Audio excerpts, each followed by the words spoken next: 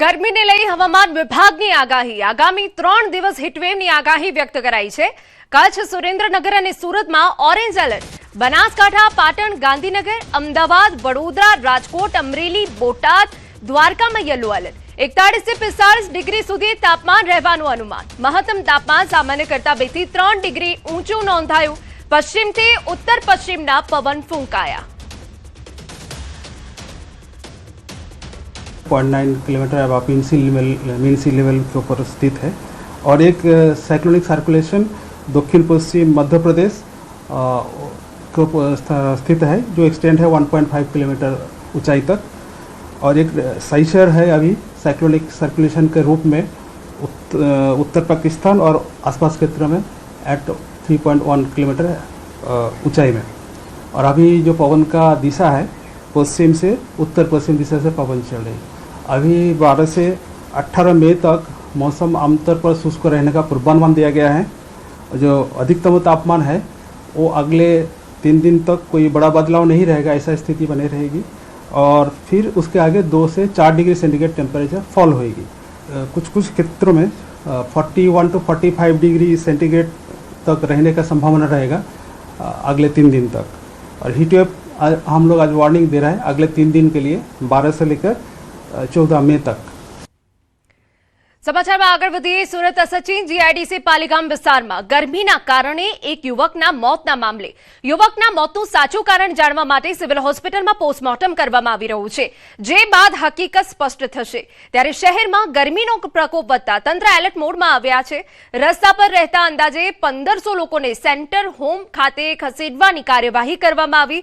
તે સાથે જ હીટવેવથી અસરગ્રસ્ત લોકોની સારવાર માટે નજીકની અર્બન અને સરકારી હોસ્પિટલોમાં અલગ વોર્ડ તેમજ ખાસ બેડની વ્યવસ્થા ઊભી કરવામાં આવી। તંત્ર દ્વારા લોકોને બપોરે 1 થી 4 વાગ્યા દરમિયાન કામ વગર ઘરની બહાર ન નીકળવા સૂચના આપવામાં આવી। બીજી તરફ ટ્રાફિક પોલીસ સાથે ખાસ બેઠક યોજી બપોરના સમયે સિગ્નલો બંધ રાખવા અંગે પણ ચર્ચા કરવામાં આવી।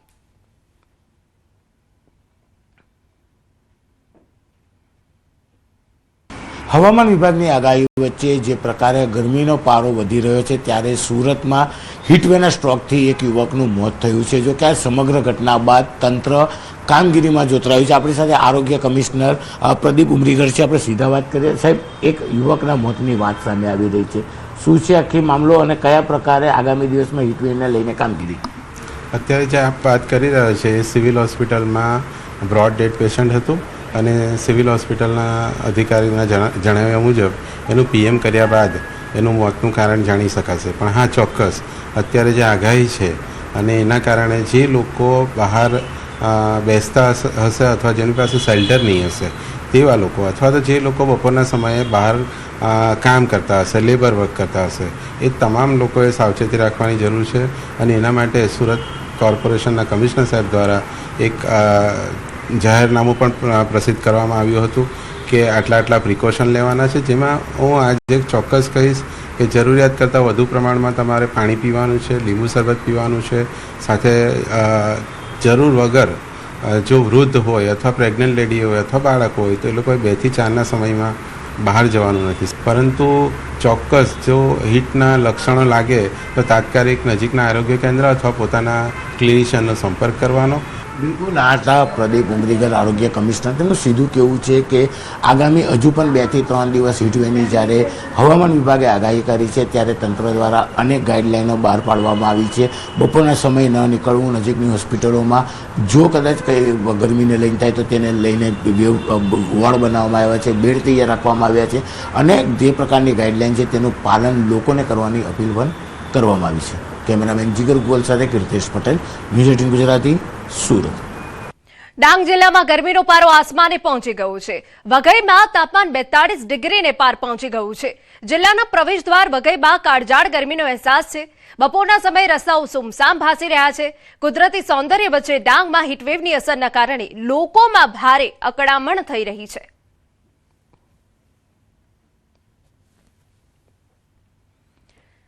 अन्य महत्वना समाचार, नीटनी परीक्षा रद्द थता सांसद शक्तिसिंह गोहिले सरकार पर आकरा प्रहार कर्या। 22 लाख परीक्षार्थीओ जे मानसिक स्थितिमांथी पसार थई रह्या छे तेने समजवानी जरूर छे। सरकार आ बाबते જરાય ગંભીર જણાતી નથી। કેન્દ્રની ભાજપ સરકારના કાર્યકાળમાં 4 વાર પેપર લીકની ઘટનાઓ બની છે, તેમ છતાં કોઈ કડક કાર્યવાહી નથી થઈ। આકરા સવાલ ઉઠાવતા તેમણે કહ્યું, સરકાર પેપર લીકના આરોપીઓના વરઘોડા કેમ નથી કાઢતી, આરોપીઓના ઘર પર બુલડોઝર કેમ નથી ફેરવવામાં આવતું, આવા અનેક સવાલ કર્યા।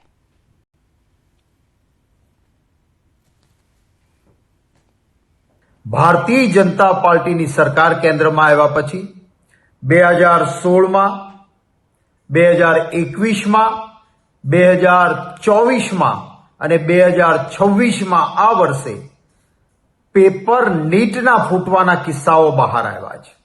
2024માં નામદાર સુપ્રીમ કોર્ટે પણ ગંભીરતા લીધી। નીટની પરીક્ષા રદ થવાથી અમદાવાદમાં વિદ્યાર્થીઓમાં ભારે નારાજગી અને રોષ જોવા મળી રહ્યો છે। છેલ્લા 2 વર્ષથી દિવસ રાત એક કરીને ડોક્ટર બનવાનું સપનું સેવતા વિદ્યાર્થીઓની આકરી મહેનત પર જાણે પાણી ફરી વળ્યું છે। ફરી નીટની પરીક્ષા લેવાની જાહેરાત કરાઈ છે, ત્યારે સૌથી મોટો પ્રશ્ન એ છે કે ફરી લેવાનારી પરીક્ષામાં પારદર્શિકતા જળવાશે? વારંવાર થતી ગેરરીતિથી લોકોનો વિશ્વાસ ઉઠી રહ્યો છે।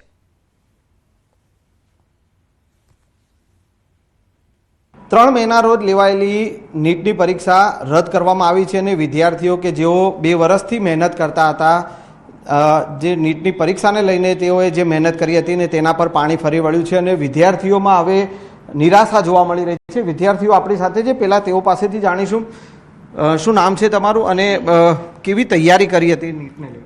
મારું નામ શ્રેયા છે અને અમે લોકો 2 વર્ષથી ઇન્સ્ટિટ્યૂટમાં નીટ માટે મહેનત કરી રહ્યા હતા। ટીચર્સને એ બધાને બી બહુ અમારા પાછળ એમનું ટાઈમ આપ્યું છે, એફર્ટ્સ આપ્યા છે। સૌથી ટફ પાર્ટ કોઈ બી એક્ઝામ ફરીથી આપવી, જે ઓલરેડી આપી ચૂક્યા છીએ અમે લોકો, બસ કોઈ બી વસ્તુ ફરીથી સ્ટાર્ટ કરવું ઇઝ વેરી ડિફિકલ્ટ।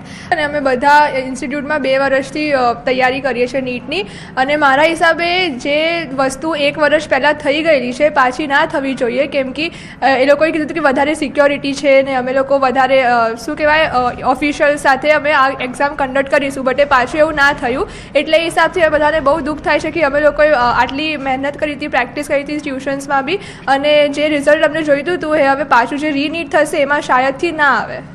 નવી વસ્તુ નથી પેપર લીક થવી। ઇન્ડિયામાં કે ગુજરાતમાં પેપર લીક થવું આપણા માટે બહુ કોમન વસ્તુ બની ગઈ છે, બિકોઝ આપણે આ વસ્તુને કોઈ દિવસ સિરિયસલી લીધી જ નથી।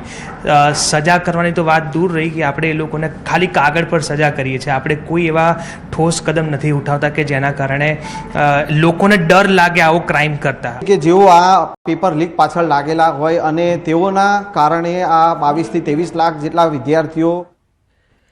સમાચાર વડોદરામાંથી ગોત્રીમાં એમજીવીસીએલ કચેરીએ સ્થાનિકોનું હલ્લાબોલ।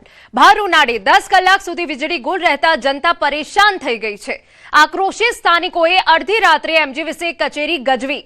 રોષે ભરાયેલા રહીશો એમજીવીસીએલ કચેરીમાં જ પથારી કરીને સૂઈ ગયા। ગોત્રીના કુંભારવાડા ફળિયામાં રાત્રે 8 વાગ્યાથી અંધારપટ મેન્ટેનન્સના નામે કલાકોના વીજ કાપ સામે ગોત્રીના રહીશોએ આંદોલન છેડ્યું। ગરમીમાં શેકાતા લોકોનો પિત્તો ગયો છે। એમજીવીસીએલના અધિકારીઓ ફોન ન ઉપાડતા હોવાના રહીશોના આક્ષેપ। કચેરીના કમ્પાઉન્ડમાં જ રાત વિતાવી વિરોધ નોંધાવ્યો। કાળઝાળ ગરમીમાં વીજ પુરવઠો ખોરવાતા બાળકો અને વૃદ્ધોની હાલત કફોડી। સમાચારમાં વાત કરીએ આગળ તો હિંમતનગરના લક્ષ્મીપુરા ગામમાં યુજીવીસીએલની બેદરકારીના કારણે ભાઈ બહેન